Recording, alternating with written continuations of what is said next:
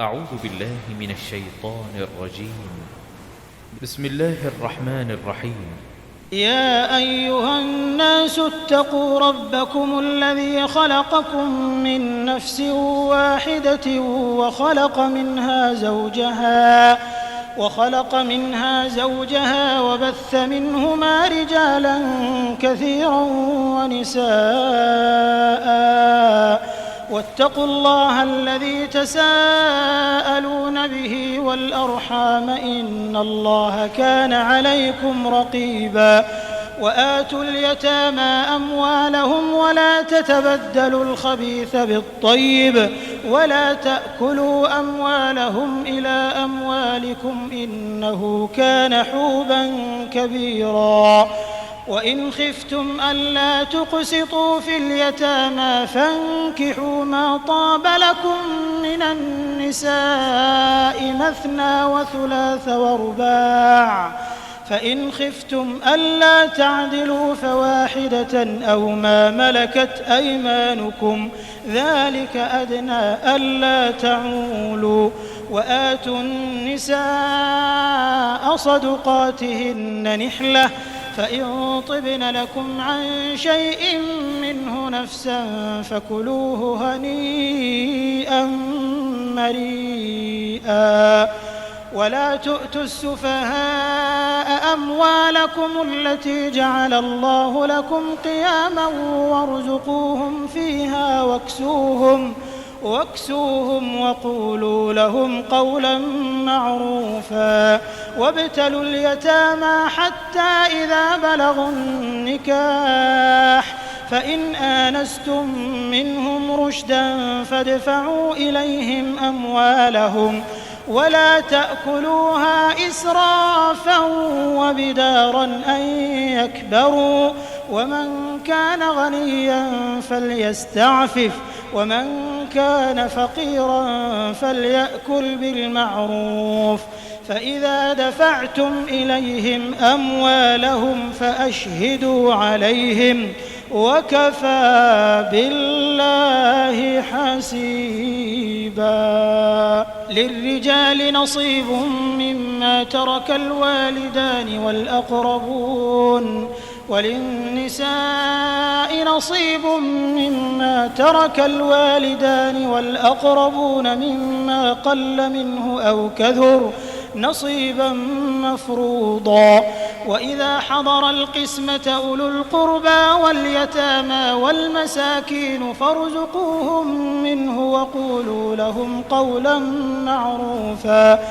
وليخشى الذين لو تركوا من خلفهم ذرية ضعافا خافوا عليهم فليتقوا الله وليقولوا قولا سديدا. إن الذين يأكلون أموال اليتامى ظلما إنما يأكلون في بطونهم نارا وسيصلون سعيرا. يوصيكم الله في أولادكم للذكر مثل حظ الأنثيين، فإن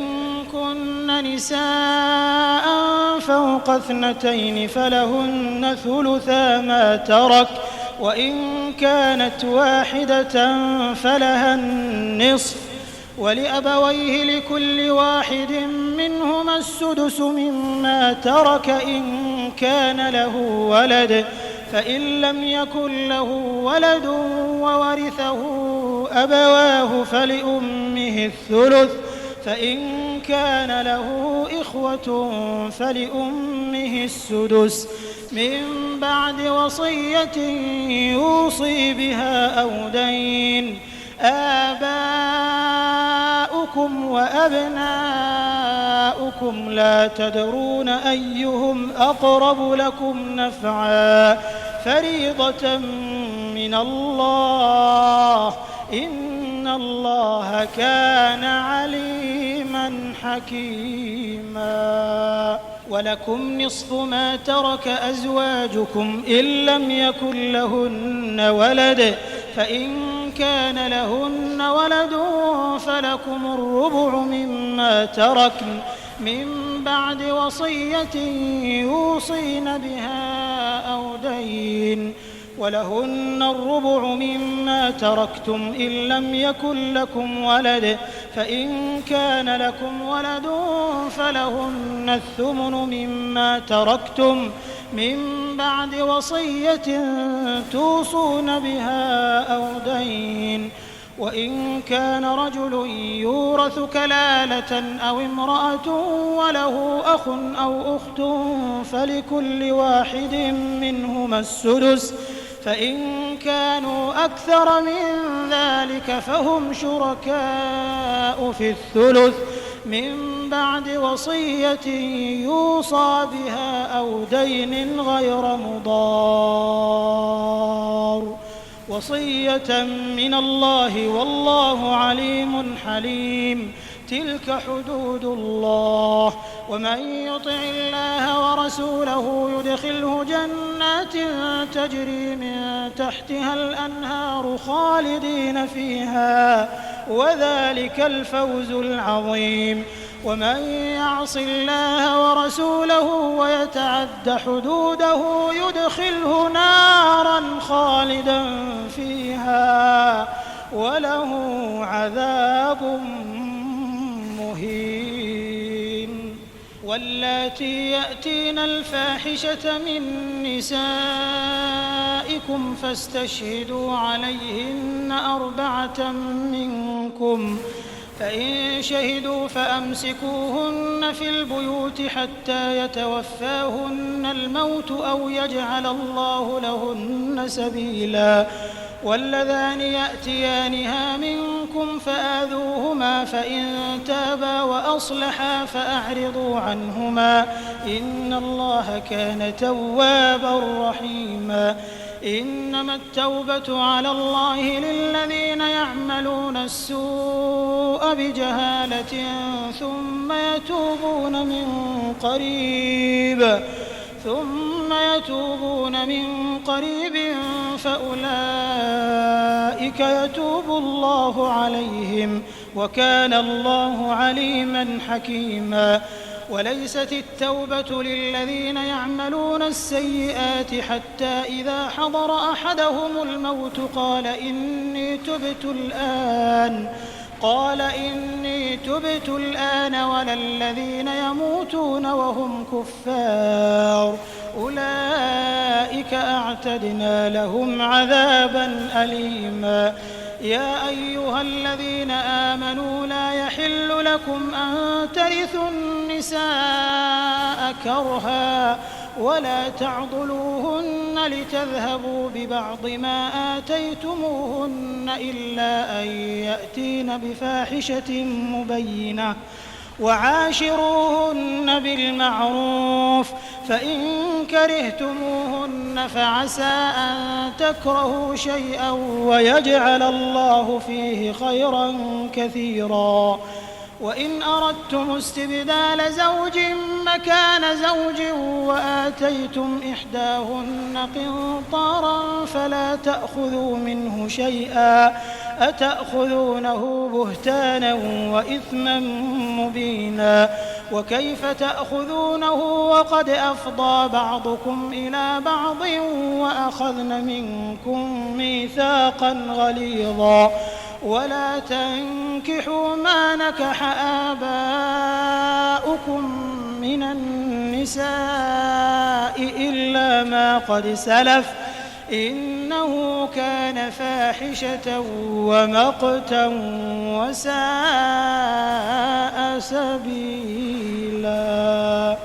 حرمت عليكم أمهاتكم وبناتكم وأخواتكم وعماتكم وخالاتكم وبنات الأخ وبنات الأخت وأمهاتكم اللاتي أرضعنكم وأخواتكم من الرضاعة وأمهات نسائكم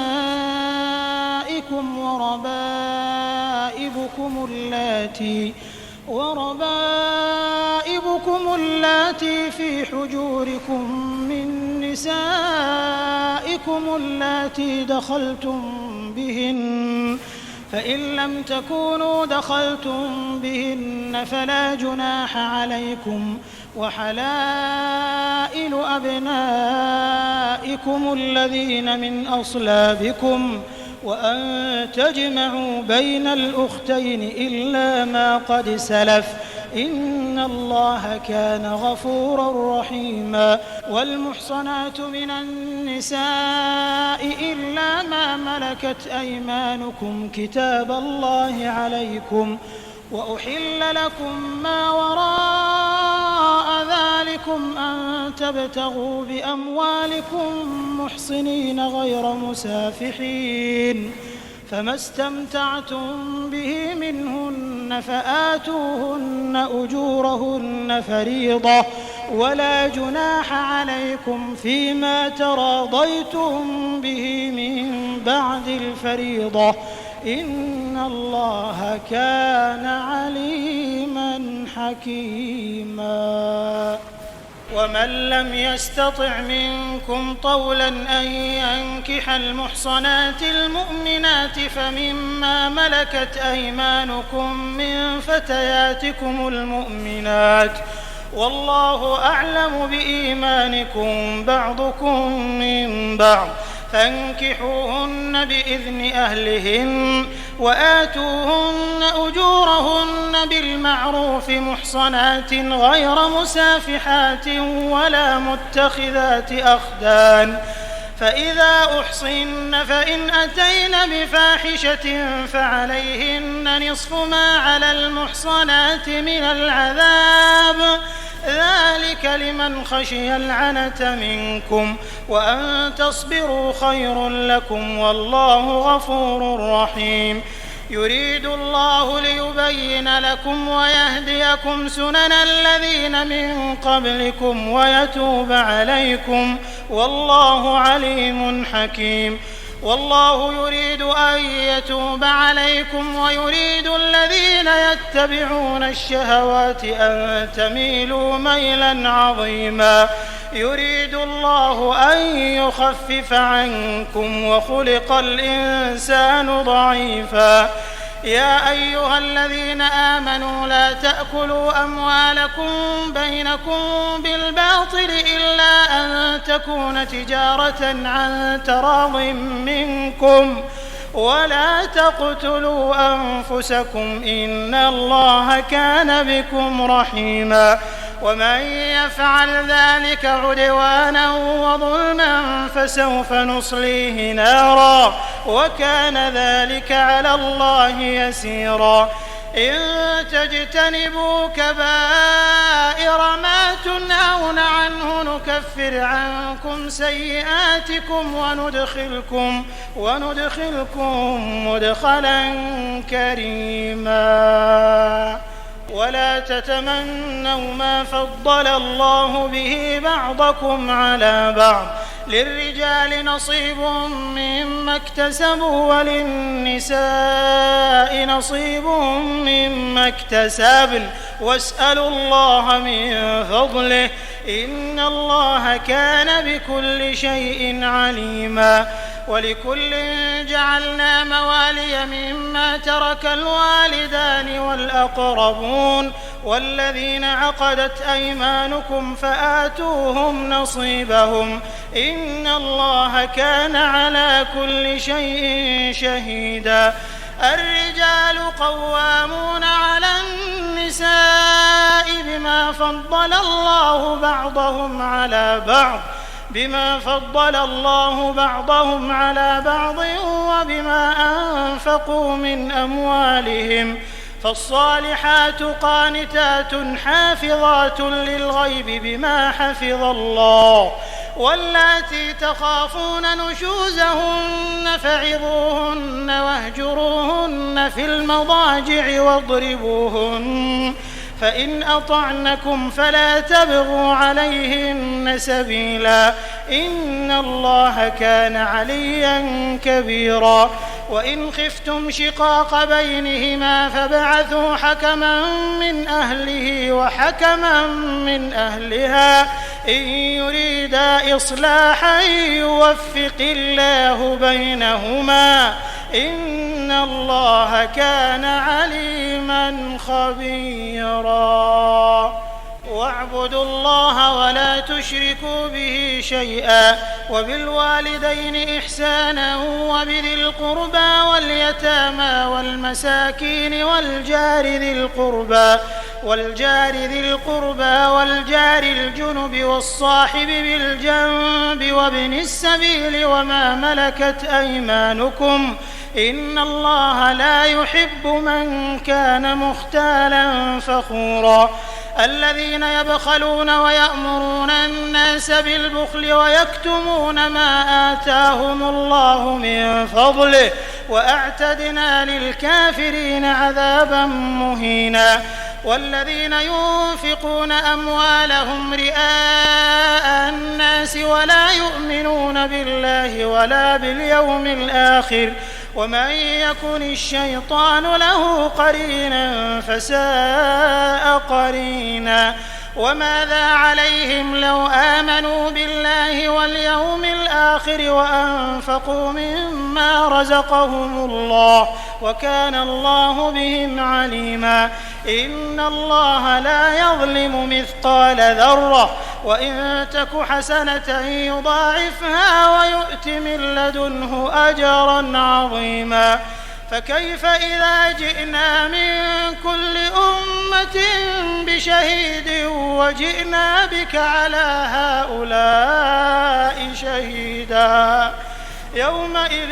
يود الذين كفروا وعصوا الرسول لو تسوى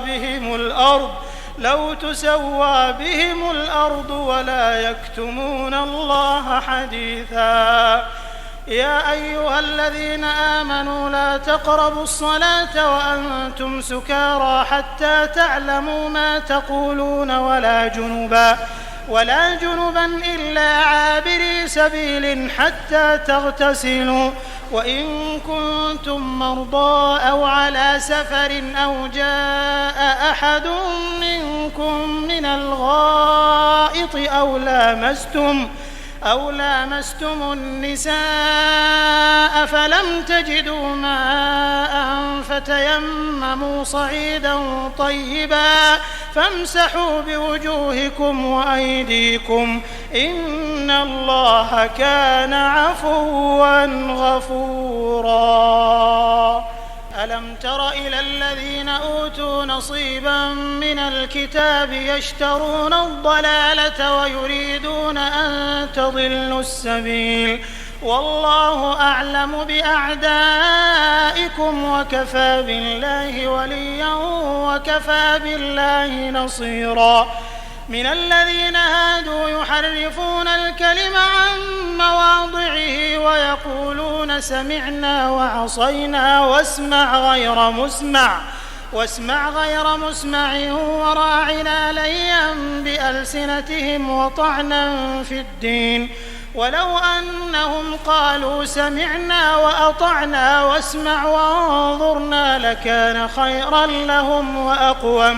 وأقوم ولكن لعنهم الله بكفرهم فلا يؤمنون إلا قليلا. يا أيها الذين أوتوا الكتاب آمنوا بما نزلنا مصدقا لما معكم من قبل أن نطمس وجوها فنردها على أدبارها أو نلعنهم كما لعنا أصحاب السبت وكان أمر الله مفعولا. إن الله لا يغفر أن يشرك به ويغفر ما دون ذلك لمن يشاء ومن يشرك بالله فقد افترى إثما عظيما. ألم تر إلى الذين يزكون أنفسهم بل الله يزكي من يشاء ولا يظلمون فتيلا. انظر كيف يفترون على الله الكذب وكفى به إثما مبينا. ألم تر إلى الذين أوتوا نصيبا من الكتاب يؤمنون بالجبت والطاغوت ويقولون للذين كفروا هؤلاء أهدى من الذين آمنوا سبيلا أولئك الذين لعنهم الله ومن يلعن الله فلن تجد له نصيرا أم لهم نصيب من الملك فإذا لا يؤتون الناس نقيرا أم يحسدون الناس على ما آتاهم الله من فضله فقد آتينا آل إبراهيم الكتاب والحكمة وآتيناهم ملكا عظيما فمنهم من آمن به ومنهم من صد عنه وكفى بجهنم سعيرا إن الذين كفروا بآياتنا سوف نصليهم نارا كلما نضجت جلودهم بدلناهم جلودا غيرها ليذوقوا العذاب إن الله كان عزيزا حكيما والذين آمنوا وعملوا الصالحات سندخلهم جنات تجري من تحتها الأنهار خالدين فيها أبدا لهم فيها أزواج مطهرة وندخلهم ظلا ظليلا إن الله يأمركم أن تؤدوا الأمانات إلى أهلها وإذا حكمتم بين الناس أن تحكموا بالعدل إن الله نعم ما يعظكم به إن الله كان سميعا بصيرا يا أيها الذين آمنوا أطيعوا الله وأطيعوا الرسول وأولي الأمر منكم فإن تنازعتم في شيء فردوه إلى الله والرسول إن كنتم تؤمنون بالله واليوم الآخر ذلك خير وأحسن تأويلا ألم تر إلى الذين يزعمون أنهم آمنوا بما أنزل إليك وما أنزل من قبلك يريدون أن يتحاكموا إلى الطاغوت وقد أمروا أن يكفروا به ويريد الشيطان أن يضلهم ضلالا بعيدا وإذا قيل لهم تعالوا إلى ما أنزل الله وإلى الرسول رأيت المنافقين يصدون عنك صدودا فكيف إذا أصابتهم مصيبة بما قدمت أيديهم ثم جاءوك يحلفون بالله إن أردنا إلا إحسانا وتوفيقا أولئك الذين يعلم الله ما في قلوبهم فأعرض عنهم وعظهم وقل لهم في أنفسهم قولا بليغا وما أرسلنا من رسول إلا ليطاع بإذن الله ولو أنهم إذ ظلموا أنفسهم جاءوك فاستغفروا الله واستغفر لهم الرسول لوجدوا الله توابا رحيما فلا وربك لا يؤمنون حتى يحكموك فيما شجر بينهم ثم لا يجدوا في أنفسهم حرجا مما قضيت ويسلموا تسليما ولو أنا كتبنا عليهم أن اقتلوا أنفسكم أو اخرجوا من دياركم ما فعلوه إلا قليل منهم ولو أنهم فعلوا ما يوعظون به لكان خيرا لهم وأشد تثبيتا وإذا لآتيناهم من لدنا أجرا عظيما ولهديناهم صراطا مستقيما ومن يطع الله والرسول فأولئك مع الذين أنعم الله عليهم من من النبيين والصديقين والشهداء والصالحين وحسن أولئك رفيقا ذلك الفضل من الله وكفى بالله عليما يا أيها الذين آمنوا خذوا حذركم فانفروا ثبات أو انفروا جميعا وإن منكم لمن ليبطئن فإن أصابتكم مصيبة قال قد أنعم الله علي إذ لم أكن معهم شهيدا ولئن أصابكم فضل من الله ليقولن كأن لم تكن بينكم وبينه مودة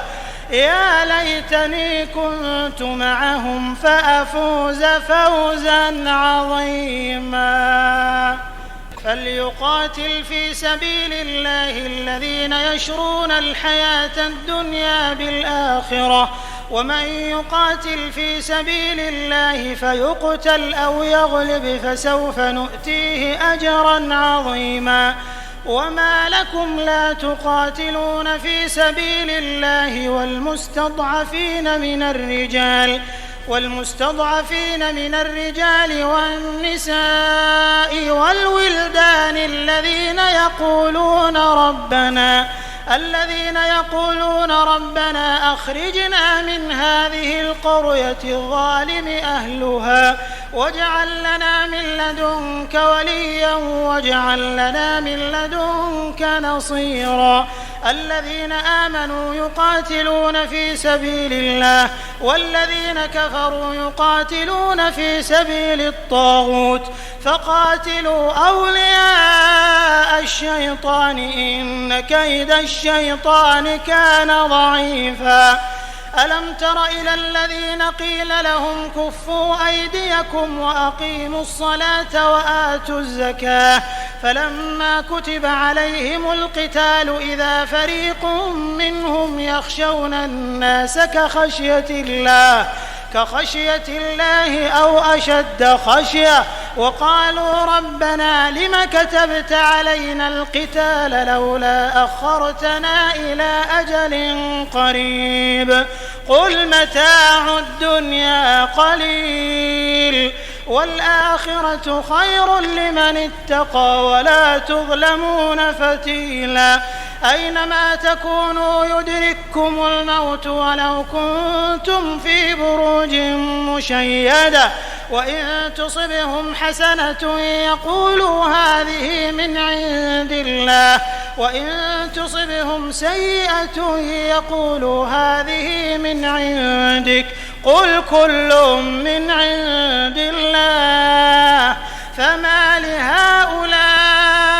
القوم لا يكادون يفقهون حديثا ما أصابك من حسنة فمن الله وما أصابك من سيئة فمن نفسك وأرسلناك للناس رسولا وكفى بالله شهيدا من يطع الرسول فقد أطاع الله ومن تولى فما أرسلناك عليهم حفيظا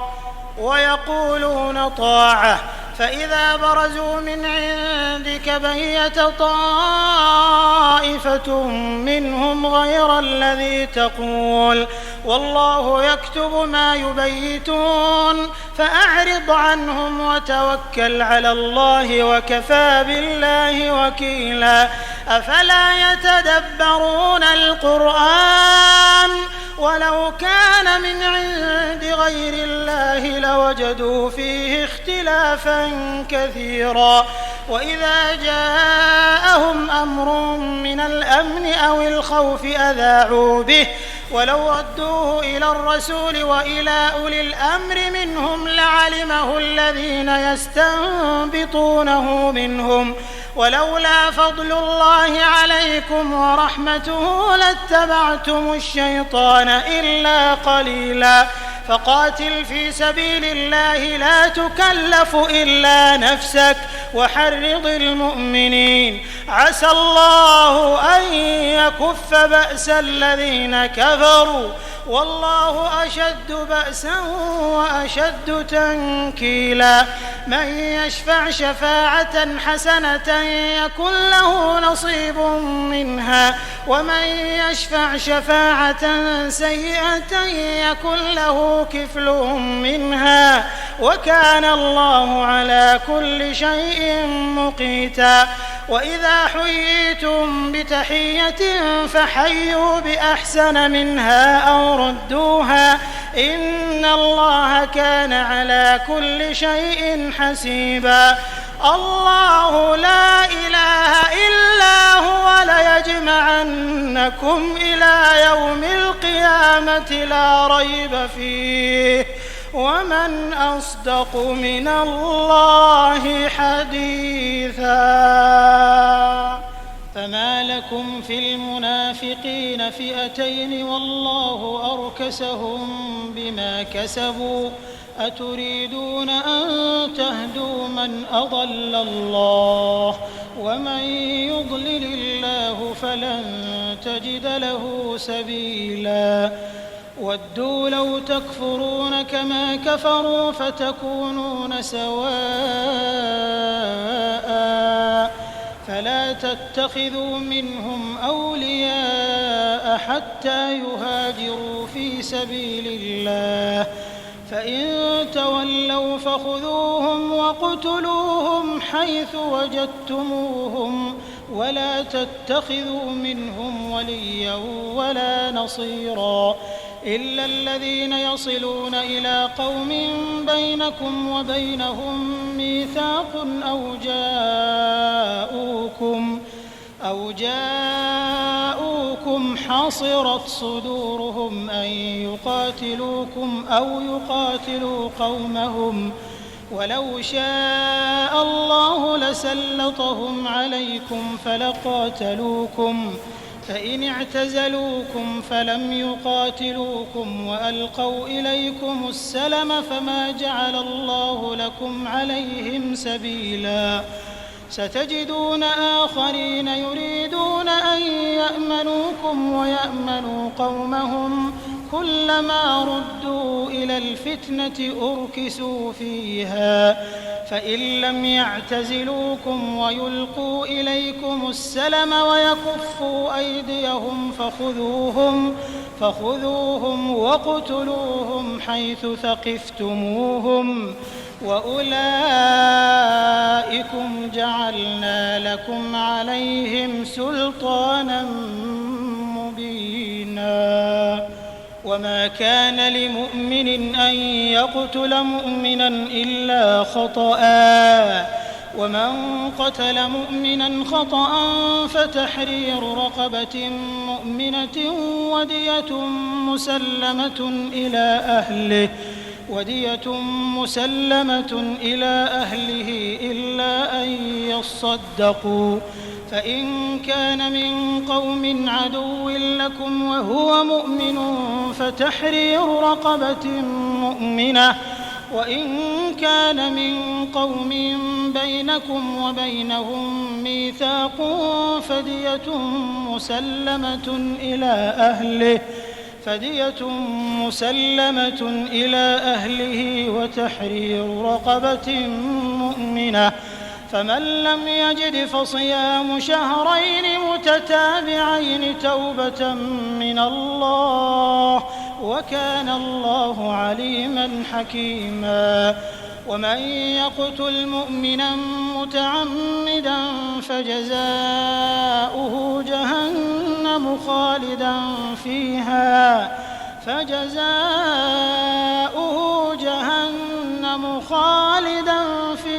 وغضب الله عليه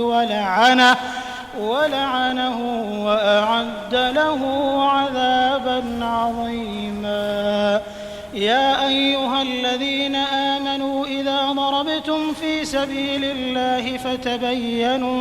ولا تقولوا لمن ألقى إليكم السلام لست مؤمنا تبتغون عرض الحياة الدنيا فعند الله مغانم كثيرة كذلك كنتم من قبل فمن الله عليكم فتبينوا إن الله كان بما تعملون خبيرا. لا يستوي القاعدون من المؤمنين غير أولي الضرر والمجاهدون في سبيل الله بأموالهم وأنفسهم فضل الله المجاهدين بأموالهم وأنفسهم على القاعدين درجة وكلا وعد الله الحسنى وفضل الله المجاهدين على القاعدين أجرا عظيما درجات منه ومغفرة ورحمة وكان الله غفورا رحيما. إن الذين توفاهم الملائكة ظالمي أنفسهم قالوا فيم كنتم قالوا كنا مستضعفين في الأرض قالوا ألم تكن أرض الله واسعة فتهاجروا فيها فأولئك مأواهم جهنم وساءت مصيرا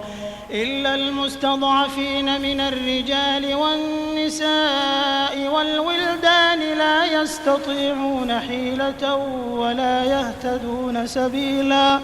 فأولئك عسى الله أن يعفو عنهم وكان الله عفوا غفورا. ومن يهاجر في سبيل الله يجد في الأرض مراغما كثيرا وسعة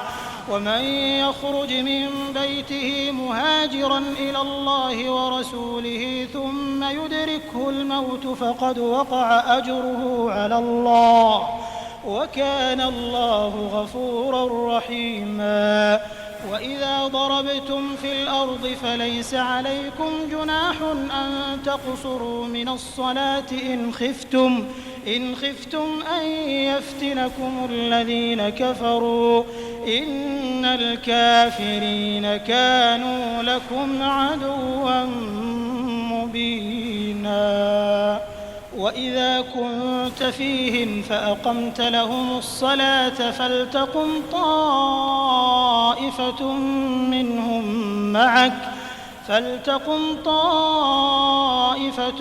منهم معك وليأخذوا أسلحتهم فإذا سجدوا فليكونوا من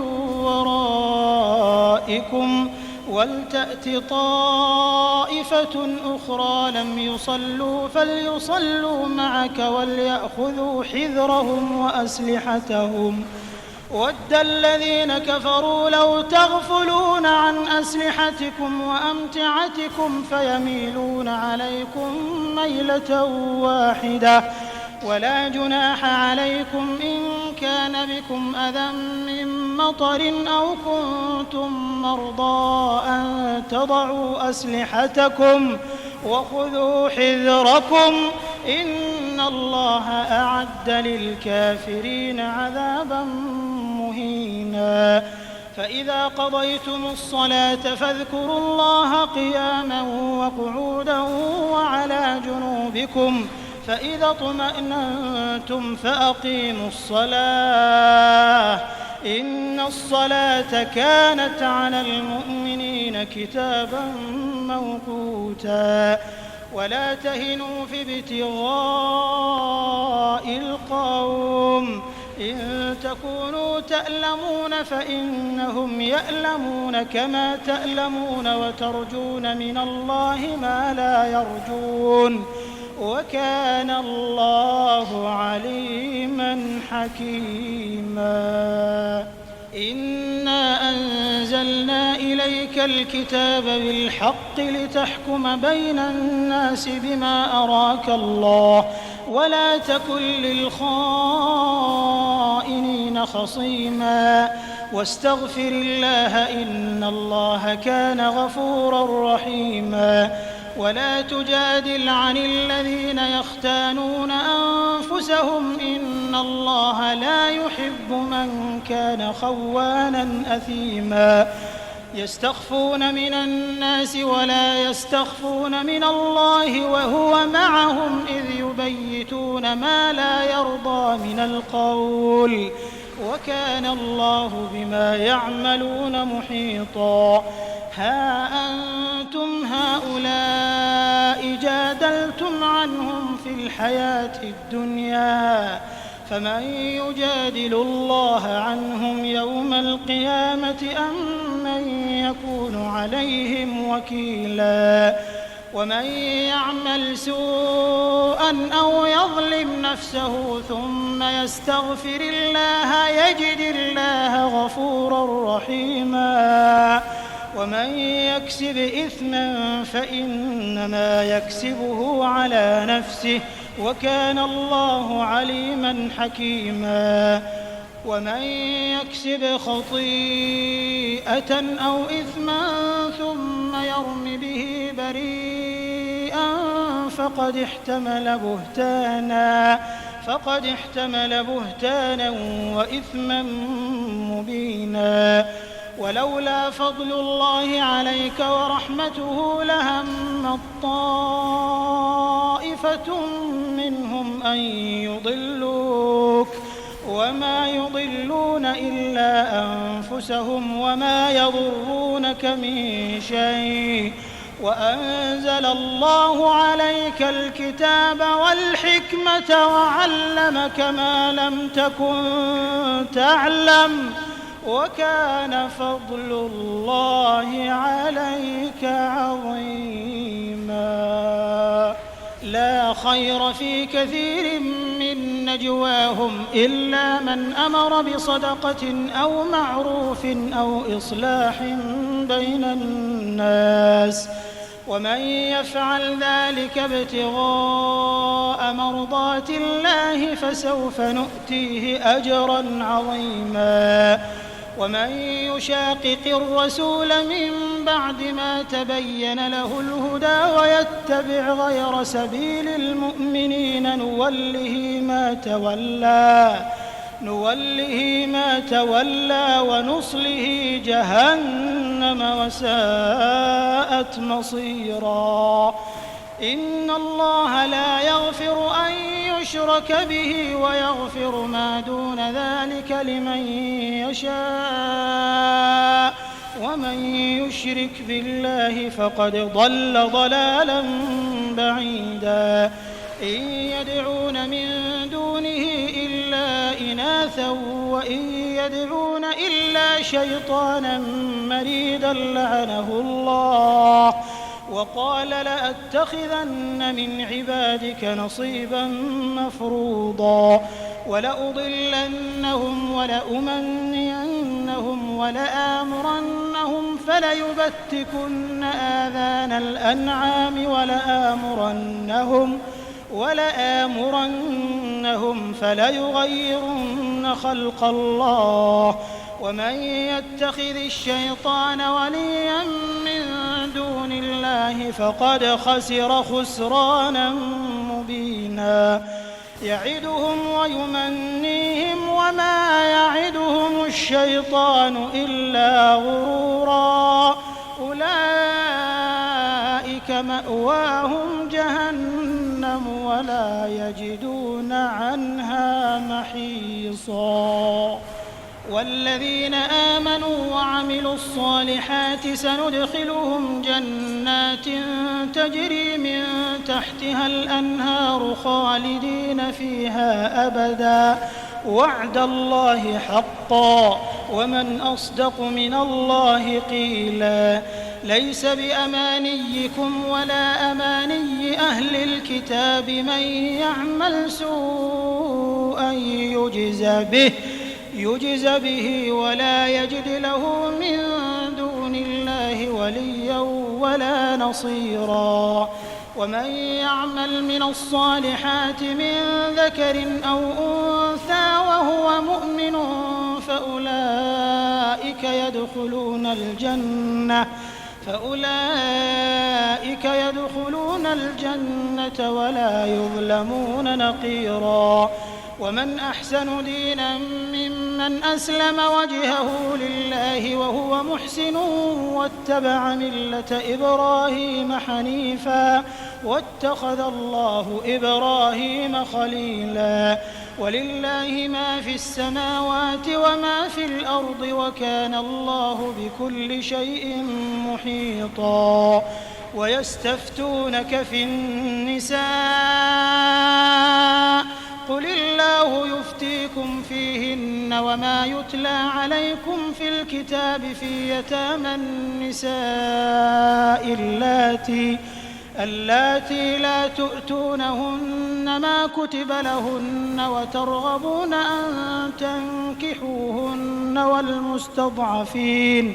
والمستضعفين من الولدان وأن تقوموا لليتامى بالقسط وما تفعلوا من خير فإن الله كان به عليما.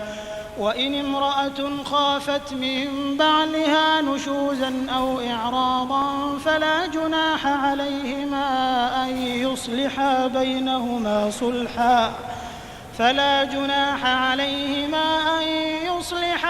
بينهما صلحا والصلح خير. وأحضرت الأنفس الشح وإن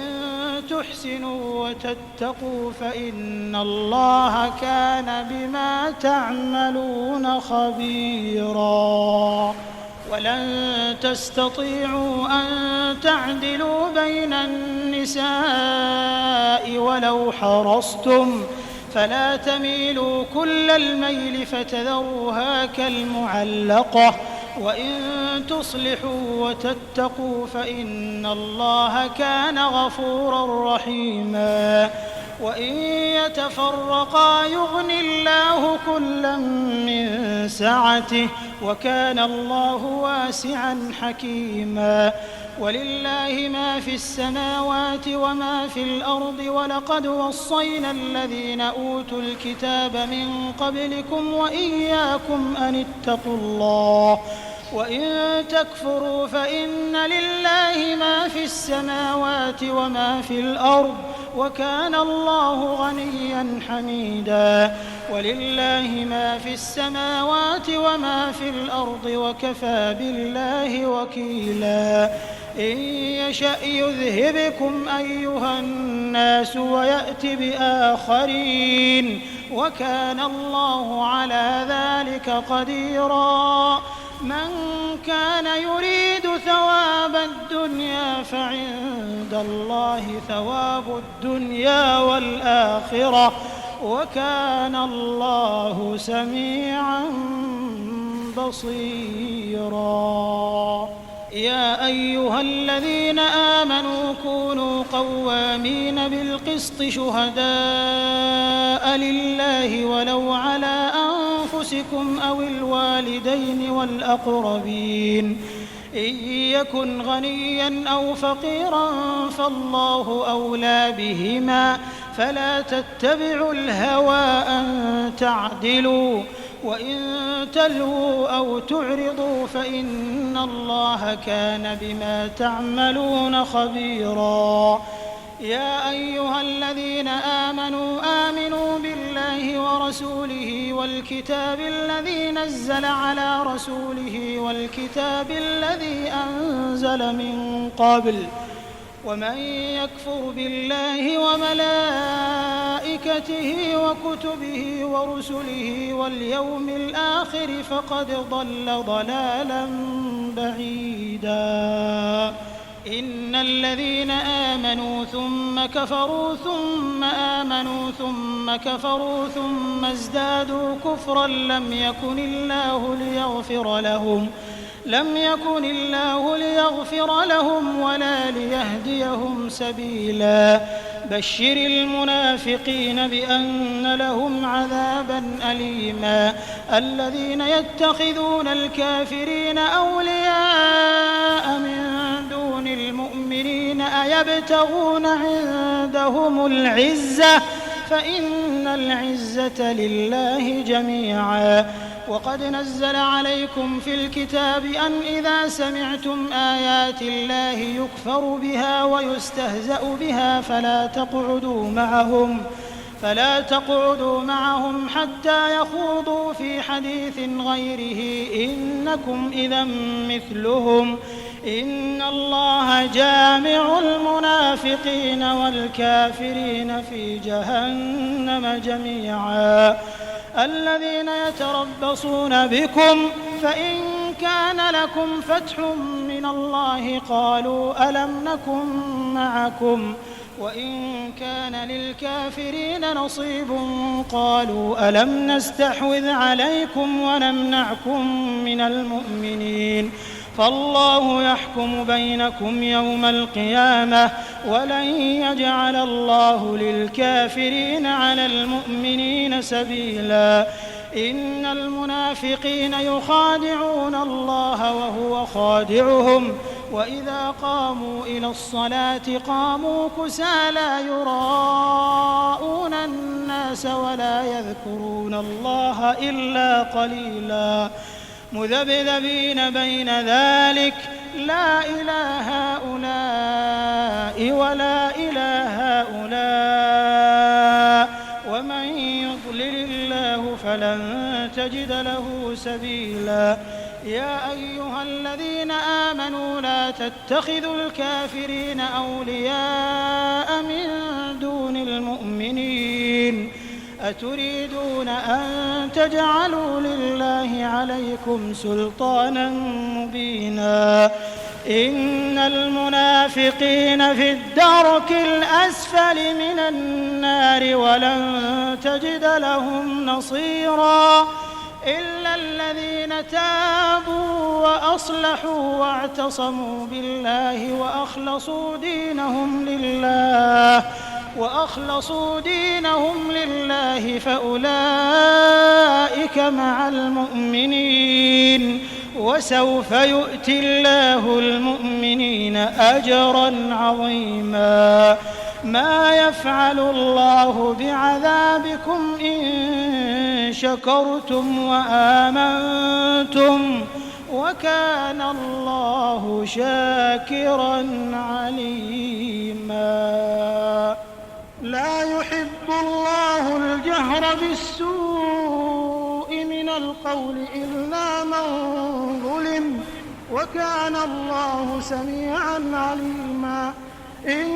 تبدوا خيرا أو تخفوه أو تعفوا عن سوء فإن الله كان عفوا قديرا إن الذين يكفرون بالله ورسله ويريدون أن يفرقوا بين الله ورسله ويقولون نؤمن ببعض ونكفر ببعض ويريدون أن يتخذوا بين ذلك سبيلا أولئك هم الكافرون حقا وأعتدنا للكافرين عذابا مهينا والذين آمنوا بالله ورسله ولم يفرقوا بين أحد منهم أولئك سوف يؤتيهم أجورهم وكان الله غفورا رحيما يسألك أهل الكتاب أن تنزل عليهم كتابا من السماء فقد سألوا موسى أكبر من ذلك فقالوا أرنا الله جهرة فأخذتهم الصاعقة بظلمهم ثم اتخذوا العجل من بعد ما جاءتهم البينات فعفونا عن ذلك وآتينا موسى سلطانا مبينا ورفعنا فوقهم الطور بميثاقهم وقلنا لهم ادخلوا الباب سجدا وقلنا لهم لا تعدوا في السبت وأخذنا منهم ميثاقا غليظا فبما نقضهم ميثاقهم وكفرهم بآيات الله وقتلهم الأنبياء بغير حق وقولهم قلوبنا غلف بل طبع الله عليها بكفرهم فلا يؤمنون إلا قليلا وبكفرهم وقولهم على مريم بهتانا عظيما وقولهم إنا قتلنا المسيح عيسى ابن مريم رسول الله وما قتلوه وما صلبوه ولكن شبه لهم وإن الذين اختلفوا فيه لفي شك منه ما لهم به من علم إلا اتباع الظن وما قتلوه يقينا بل رفعه الله إليه وكان الله عزيزا حكيما وإن من أهل الكتاب إلا ليؤمنن به قبل موته ويوم القيامة يكون عليهم شهيدا فبظلم من الذين هادوا حرمنا عليهم طيبات أحلت لهم وبصدهم عن سبيل الله كثيرا وأخذهم الربا وقد نهوا عنه وأكلهم أموال الناس بالباطل وأعتدنا للكافرين منهم عذابا أليما لكن الراسخون في العلم منهم والمؤمنون يؤمنون بما أنزل إليك وما أنزل من قبلك والمقيمين الصلاة والمؤتون الزكاة والمؤمنون بالله واليوم الآخر أولئك سنؤتيهم أجرا عظيما إنا أوحينا إليك كما أوحينا إلى نوح والنبيين من بعده وأوحينا إلى إبراهيم وإسماعيل وإسحاق ويعقوب والأسباط وعيسى وأيوب ويونس وهارون وسليمان وآتينا داود زبورا ورسلا قد قصصناهم عليك من قبل ورسلا لم نقصصهم عليك وكلم الله موسى تكليما رسلا مبشرين ومنذرين لئلا يكون للناس على الله حجة بعد الرسل وكان الله عزيزا حكيما لكن الله يشهد بما أنزل إليك أنزله بعلمه والملائكة يشهدون وكفى بالله شهيدا إن الذين كفروا وصدوا عن سبيل الله قد ضلوا ضلالا بعيدا إن الذين كفروا وظلموا لم يكن الله ليغفر لهم ولا ليهديهم طريقا إلا طريق جهنم خالدين فيها أبدا وكان ذلك على الله يسيرا يا أيها الناس قد جاءكم الرسول بالحق من ربكم فآمنوا خيرا لكم وإن تكفروا فإن لله ما في السماوات والأرض وكان الله عليما حكيما يا أهل الكتاب لا تغلوا في دينكم ولا تقولوا على الله إلا الحق إنما المسيح عيسى ابن مريم رسول الله وكلمته ألقاها إلى مريم وروح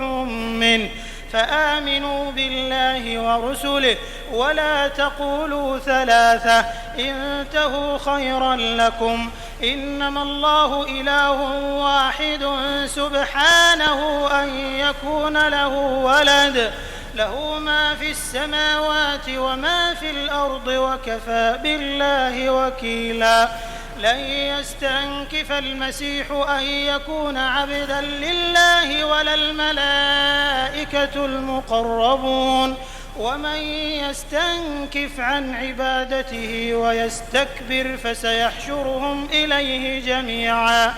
فأما الذين آمنوا وعملوا الصالحات فيوفيهم أجورهم ويزيدهم من فضله وأما الذين استنكفوا واستكبروا فيعذبهم عذابا أليما ولا يجدون لهم من دون الله وليا ولا نصيرا يا أيها الناس قد جاءكم برهان من ربكم وأنزلنا إليكم نورا مبينا فأما الذين آمنوا بالله واعتصموا به فسيدخلهم في رحمة منه وفضل ويهديهم إليه صراطا مستقيما يستفتونك قل الله يفتيكم في الكلالة إن امرؤ هلك ليس له ولد وله أخت فلها نصف ما ترك وهو يرثها إن لم يكن لها ولد فإن كانت اثنتين فلهما الثلثان مما ترك وإن كانوا إخوة رجالا ونساء فللذكر مثل حظ الأنثيين يبين الله لكم أن تضلوا والله بكل شيء عليم.